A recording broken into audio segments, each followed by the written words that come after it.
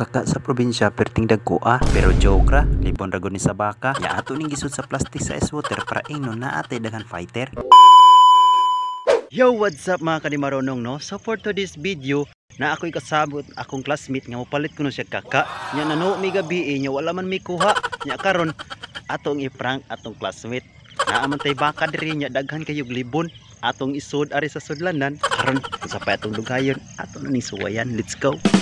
Maunay nga baka ang kuhaan atong libon. Siyempre kay di marunong man ta nati atong tirada kay kung arita sa dagko mamatid man pero wa maglangan o siyempre nada yung tinakitan ang atong sudlanan ato na ang giandam para ini human atong paksi diya sa atong nakitan diya sa liugan ato nang ilargo og sud sa atong sudlanan be ato kunong suwayan og dali ra ba matangtang ay ta sakto ra perti man ding humuka o tan-awa na perting dagkoa pero ang kasway perting mugbuah pero sige ra pasiar man pud ning atoa. Siyempre di marunong jud ta ana man na o tan-awa na mura pud nagfighter diha pero dili na fighter ha libon ra na sa baka. Siyempre ato nang punan kay mas nindot man tan-awon ang daghan nya karon kay ubay-ubay na atong nakuha pwede na nato ibaligya pero ang nakaapan lang problema kung kinsay mo palit. Siyempre mao jud ni fighter nga pinakayunik sa Pilipinas. Nabitin ka sa akong video na pasensya kaayo kay wala man ta ka video sa pagbaligya sa atong kaka nga nakuha kay pag adto nato sa eskwelahan ang atong sudlanan nabilin sa balay